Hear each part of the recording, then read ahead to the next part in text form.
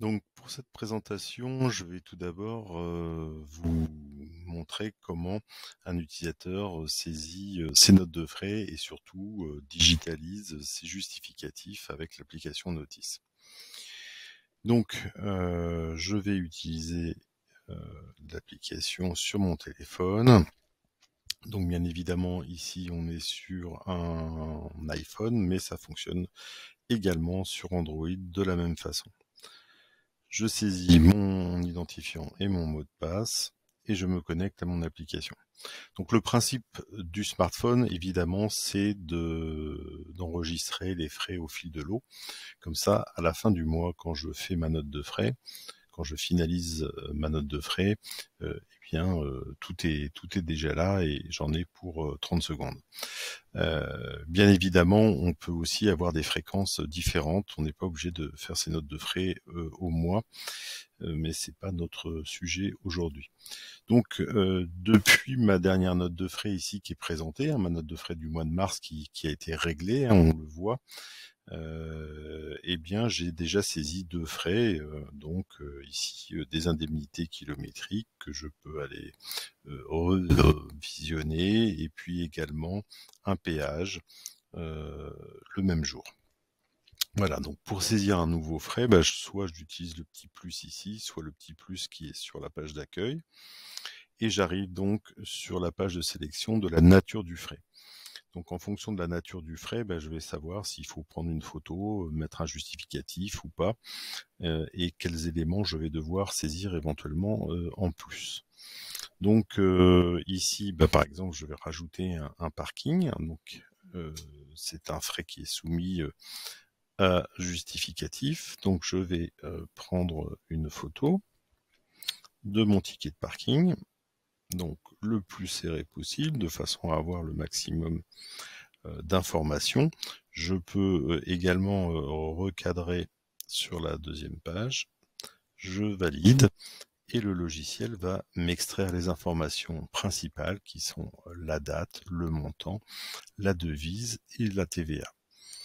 Ensuite, si j'ai d'autres éléments à saisir, je peux les saisir. Je peux les rendre obligatoires par paramétrage, ce n'est pas le cas ici. Je valide et c'est enregistré directement dans mon espace et synchronisé avec mon application web.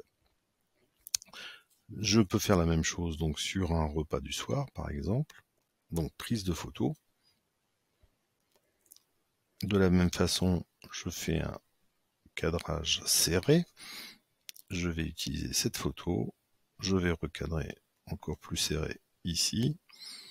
Et de la même façon, le logiciel va m'extraire les informations, la date, le montant, la devise. La TVA ici apparaît en rouge. Pourquoi? Eh bien parce que le logiciel a fait une comparaison avec un précalcul de TVA. Normalement, les repas, c'est 10%. Ici, on a 2,68 €.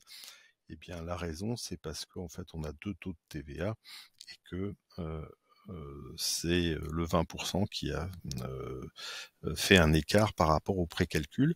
Il m'a retrouvé aussi le nom du restaurant. Je valide. Alors, ce que vous pouvez également faire, c'est saisir à partir de PDF. Par exemple, ici, un billet de train. Donc, je vais non pas prendre une photo, mais prendre le fichier que j'ai enregistré à partir du mail de la SNCF. Donc, je prends mon billet de train. De la même façon, il va m'extraire les informations de date, de montant. Et ici, je peux visionner le PDF que je charge. Voilà. Donc, de cette façon, je vais pouvoir procéder à l'enregistrement de mes frais au fil de l'eau. Donc, d'une manière générale, il faut préférer le PDF, qui est le PDF que vous aura fourni le commerçant, donc qui sera l'original. Donc là, on est vraiment au niveau de la dématérialisation, on n'a pas transformé le document, donc on a vraiment l'original que l'on va enregistrer dans l'application. Sinon, eh bien, on va prendre en photo, hein, comme les tickets que l'on vient de faire, de prendre en photo. Ce qu'il faut éviter, c'est les applications qui fabriquent des faux PDF, qui sont en fait des images mises dans des PDF, donc des applications comme CamScanner, enfin d'autres applications que vous pouvez trouver sur smartphone. En fait, ce que vous risquez, c'est d'avoir une image qui est pas meilleure que celle de l'appareil photo que vous auriez prise directement avec Notice, et surtout vous risquez d'avoir des documents qui sont très très volumineux et qui vont donc prendre un temps important de chargement sans forcément avoir une meilleure qualité. Ensuite, eh bien, à la fin du mois, je vais pouvoir faire ma note de frais. Donc je vais créer ma note de frais, l'entête. Je vais intégrer les frais que j'ai saisis au fil de l'eau, ici, et puis je vais pouvoir envoyer ma note de frais. Au passage, on remarquera qu'il y a un frais qui est passé en rouge ici, c'est mon repas du soir, parce que pour mes frais professionnels, les repas du soir sont plafonnés à 22 €, et donc les 24,50 € que j'avais saisis ont été ramenés à 22 €, qui sera la somme qui va m'être remboursée par rapport à la politique de frais de l'entreprise. Et donc, je vais pouvoir envoyer ma note. Par paramétrage, vous pouvez aussi poser d'autres questions ou faire saisir d'autres informations à ce moment-là. Ici, je précise que j'ai bien mon permis de conduire et j'envoie ma note de frais qui est envoyée à mon manager. Mon manager est prévenu par mail et tout ça est synchronisé avec l'application web. La seconde étape dans le processus, évidemment, c'est les approbations des managers. Donc on peut avoir des workflows avec plusieurs niveaux d'approbation. Dans notre exemple, on aura un seul niveau d'approbation, le manager direct de la personne. Donc je me connecte cette fois-ci en tant que responsable de Benoît. Donc évidemment, j'ai un écran qui ressemble à l'écran de Benoît, mais en plus ici, j'ai une petite paire de jumelles avec un 1 pour m'indiquer que j'ai une note de frais à approuver. Je clique dessus. Évidemment, j'arrive donc sur la liste des notes de frais. Donc la note de frais du mois d'avril de Benoît Wilson pour un montant total de 162,95 €. Donc je peux soit l'approuver directement ici, soit entrer dans le détail. Donc si je rentre dans le détail, le plus simple, c'est de partir du premier frais, et puis je vais dérouler donc la liste de frais de la note de frais, et puis pour chaque frais, je vais pouvoir visualiser le justificatif. Si j'en ai le droit, je vais pouvoir refuser un frais de manière unitaire. Je vais pouvoir également, sur les frais qui ont été limités automatiquement par le logiciel, on peut donner la possibilité au manager de déplafonner. Donc c'est une possibilité que vous pouvez brider si vous voulez que votre politique de frais soit stricte. Et donc en cliquant avec le doigt sur le bouton suivant, je vais pouvoir dérouler la liste de frais et de cette façon vérifier que mon collaborateur a respecté les consignes et la politique de frais de l'entreprise. Sur le dernier frais, je vais pouvoir accepter ou refuser la note de frais dans son intégralité. Si j'accepte, je peux mettre un commentaire. Si je refuse, eh bien ça va retourner à mon collaborateur. Et là, je devrais obligatoirement mettre un commentaire qui explique la raison de mon refus. Ici, on valide, donc il n'y a pas de motivation obligatoire. Si je reviens sur ma page d'accueil, eh bien, je n'ai pas de note de frais supplémentaire à contrôler. Et je vais pouvoir donc me déconnecter.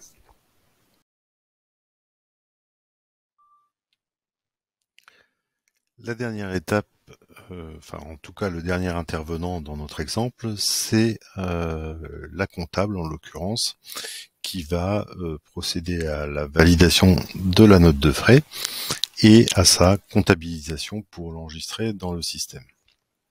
Donc les comptables ou les responsables, les gestionnaires de frais vont se connecter à l'application sur leur ordinateur, donc PC ou Mac, à partir de leur navigateur. Voilà, donc si je me connecte en tant que gestionnaire de frais, ici je suis gestionnaire de frais et administrateur du logiciel, hein, sachant qu'on peut dissocier les deux rôles si on le souhaite. En tant que gestionnaire de frais, je vais avoir donc un menu très complet et puis une liste de choses à faire, et donc dans cette liste de choses à faire, j'ai une note de frais à valider.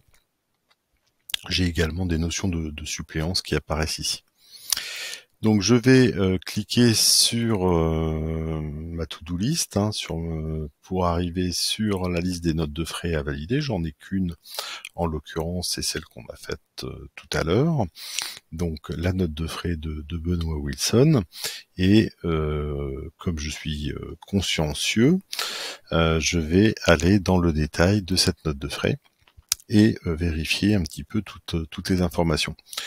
Donc on va se positionner sur la première ligne et puis on va pouvoir appeler sur une deuxième fenêtre que l'on peut disposer sur un deuxième écran si on dispose d'un second écran, et je vais pouvoir donc visualiser et donc valider les justificatifs tels qu'ils ont été numérisés. Potentiellement je pourrais remplacer les justificatifs si ceux-ci ne sont pas de bonne qualité ou ceux-ci s'ils n'étaient pas corrects. Donc voilà, donc je vérifie les informations, la TVA éventuellement qu'il faut récupérer en fonction de la ventilation, et puis des politiques de frais. Et puis je peux parcourir ainsi la liste des frais. À noter que sur les remboursements kilométriques, on peut associer une petite carte avec la distance qui a été calculée. Donc ça permet de vérifier que l'information est correcte sans avoir à se reconnecter ou à se connecter à un système comme Google Maps ou via Michelin. Et je vais faire comme ça donc toute la note de frais très rapidement. Je passe dessus. Les PDF sont affichés également dans leur format natif, hein, donc c'est là où on voit effectivement qu'on est dans le format natif du commerçant, et donc c'est un gros avantage évidemment pour la justification et la valeur probante, hein, puisque c'est vraiment le document original. Une fois que j'ai fait tous mes contrôles, toutes mes vérifications, je peux approuver la note de frais. Cette note de frais va donc être figée définitivement, et c'est l'opération de comptabilisation qui va extraire les informations du logiciel pour les envoyer dans mon logiciel comptable, mon logiciel de paye ou mon ERP ou tout autre logiciel que je souhaite. Hein. Donc on est très souple au niveau des interfaces, on peut faire de multiples interfaces simultanées ou en même temps, ou les unes après les autres. Donc je vais procéder à la comptabilisation. Cette comptabilisation me permet de sélectionner un lot de notes de frais, donc ici j'en ai qu'une à comptabiliser, mais parmi toutes les notes de frais validées qui n'ont pas encore été comptabilisées, je vais sélectionner ces notes de frais. Ici, évidemment, j'ai que la note de frais de Benoît Wilson, et je vais procéder à la comptabilisation. La seule information qu'on me demande, c'est la date comptable qui est prépositionnée au dernier jour du mois de la note de frais. Et cette information pourra être reprise dans l'écriture comptable. Tout le reste est dans le paramétrage ou dans la note de frais que l'on est en train de comptabiliser. Si tout est OK, eh bien la comptabilisation est effectuée. Ça veut dire que tout le paramétrage est correct et donc que on a réussi à produire l'écriture comptable qui a été transmise au bon logiciel. Cette étape est importante puisque c'est également lors de cette étape de comptabilisation que l'on va figer le document, et donc que l'on va appeler un horodatage sur le document PDF et un certificat serveur qui vont nous permettre donc de figer et de sécuriser le document. Ce document, nous travaillons avec un partenaire qui s'appelle Universign, qui est une société agréée pour faire ce type de manipulation.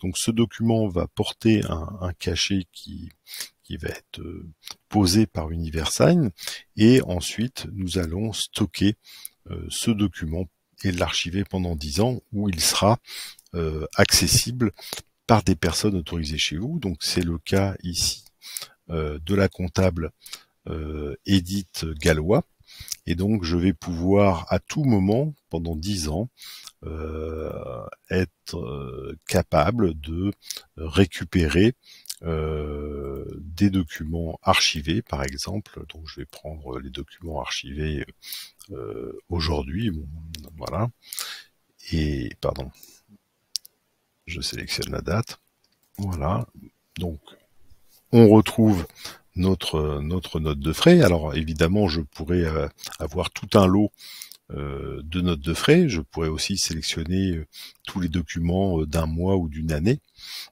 Et dans ce cas-là, le logiciel me fabriquerait un zip, une archive, avec l'intégralité des documents à l'intérieur. Comment ça se présente au niveau du document? Eh bien, ce qu'on va avoir, c'est un résumé de la note de frais, avec les informations paramétrées, générales, le matricule, le compte analytique, etc.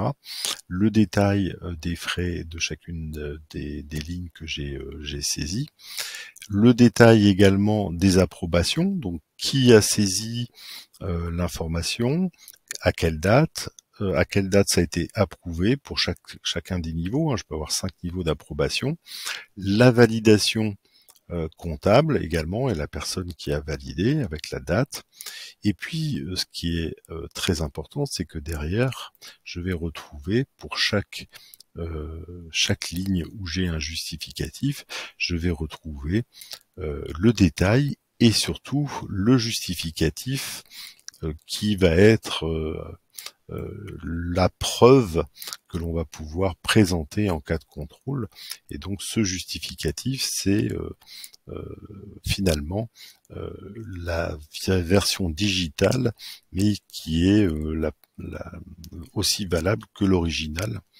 Et donc ici, je vais retrouver mes justificatifs, soit pris en photo, soit sous forme de PDF. Donc je vais pouvoir télécharger ce PDF et le stocker ou le donner donc au contrôleur qui m'aura réclamé ce document avec les justificatifs. Voilà. Bon, après, j'ai tout un tas de possibilités, évidemment, d'analyse, d'édition. Donc, j'ai beaucoup de choses possibles dans le logiciel, mais c'était pas le but de cette présentation. J'espère avoir répondu donc par cette démonstration à vos questions sur le comment on fait dans Notice pour donc gérer les notes de frais en éliminant le papier.